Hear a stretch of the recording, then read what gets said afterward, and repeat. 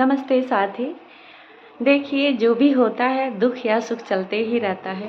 मैंने जो शादी का वीडियो दिखाया था, उस लड़का का कुछ दिन पहले बहुत बड़ा एक्सीडेंट हुआ था और उसका पैर में बहुत मतलब ज़ख्मी भी हुआ था, लेकिन उस समय बहुत बड़ा गम था। परमात्मा का आशीर्वाद हुआ, आज मेरा बच्चा फिर से खड़ा हो गया और उसका शादी संपन्न हुआ। तो दुख से घबराना नहीं चाहिए, दुख है फिर सुख आएगा। लेकिन हाँ, असली चेहरा समझ में आता है, अपना कौन है गैर कौन है। तो चलिए, दुख सुख भाई भाई है। दर्द तो बहुत होता है, दर्द तो इतना होता है कि लगता है आप जीने का इच्छा ही नहीं है। लेकिन कोई बात नहीं, फिर भी हम लोग को जीना पड़ता है। परमात्मा दुख भी देते हैं तो सुख भी देते हैं, इसीलिए हमें उस परमात्मा को नहीं भूलना चाहिए और हमेशा उनका पूजा पाठ करना चाहिए, उनका ध्यान करना चाहिए, अच्छा कर्म करना चाहिए, क्योंकि अच्छा कर्म ही सबसे बड़ा चीज़ है। और कैसे एक लड़की अपना सारा कुछ छोड़कर अपने पति का हाथ पकड़कर उसके घर चली आती है, एक अनजान दुनिया में, और उसको भी समझ में नहीं आता होगा कि भाई इसके आगे मेरा लाइफ क्या होगा, दुख होगा या सुख होगा।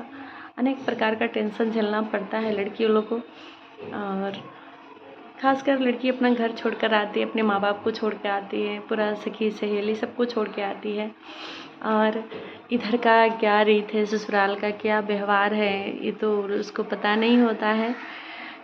इसीलिए जो भी लड़की आए आपके घर में, उसे ढेर सारा प्रेम दीजिए, प्यार दीजिए, और उसको इतना प्यार दीजिए कि अपना मायके को भूल जाए, क्योंकि वो अपने माँ बाप के घर में बहुत लाडों से प्यार से पली होती है। माँ उसका ऑर्डर का पालन करती है, मम्मी मैं ये खाऊंगी, मैं ये करूंगी, और मेरा बेटी खाए, इसीलिए हर माँ अपना बेटी के आगे पीछे घूमते रहती है और सोचती है कितना अच्छा खाना बनाए कि हमारा बेटी खा ले। तो है जो है उसका तो वैसा तो शायद ही ससुराल में मिलता है, क्योंकि ससुराल में कोई भी हो लड़की, उसका काम से ही प्यार होता है, क्योंकि उसके ससुराल आते ही ढेर सारा जिम्मेवारियाँ पड़ जाती हैं। बहुत सारा ऐसा लड़की है जिसको किचन में गई भी नहीं है और आते सारा किचन का जिम्मेवारी पड़ता है, परिवार का जिम्मेवारी पड़ता है, तो जो है उसको निभाना पड़ता है।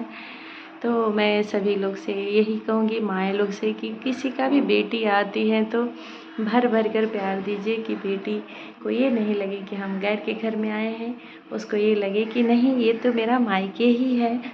और डांटिए मत, कुछ होता है तो उसको बैठाइए और प्यार से समझाइए, उसका खाने पीने के ध्यान रखिए। आप लोग को वो सेवा करने के लिए आई है, कभी गुस्सा आती है तो प्यार से ही बात करना पड़ेगा, ये नहीं कि ये है वो है। बहुत लोग बोलता है कि उसका मायके में ही मन लगता है, तो वैसा बात नहीं। अगर हम प्रेम करेंगे तो मायके से ज़्यादा ससुराल में मन लगेगा।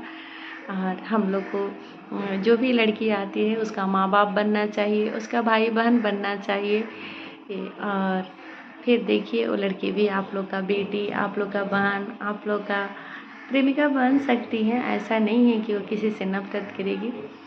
तो होता है कुछ गलती हो जाए तो समझाना पड़ा, क्योंकि उसको पता नहीं होता, वो तो हंसते खेलते दौड़ते कूदते अपने साजन का हाथ पकड़ के अपने ससुराल आती है और ढेर सारा सपना लेके आती है।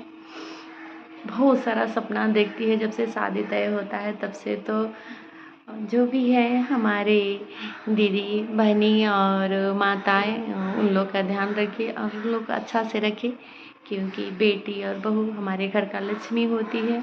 उनकी आँख से आंसू गिरेगा तो ये हमारे लिए अच्छा नहीं होता है। वो जितने खुश रहेगी, जितने मुस्कुराएगी, उतना ही आपके घर में लक्ष्मी का वास होगा, बरकत होगा। और जितने उसके आँख से आंसू गिरेगा तो वो आप लोग को तकलीफ़ देगा। इसीलिए किसी भी बहू को और बेटी को आँख से आंसू गिरने मत दीजिए, क्योंकि वो हमारे घर का साक्षात लक्ष्मी है।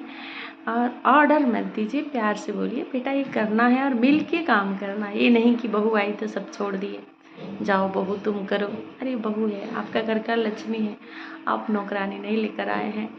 तो इसीलिए सपोर्ट करिए बहू का। अगर जॉब करना चाहती है तो उसको बाहर भेजिए, क्योंकि 2 पैसा कमा के लाएगी तो आप ही के बेटा को काम आएगा, आप ही को काम आएगा।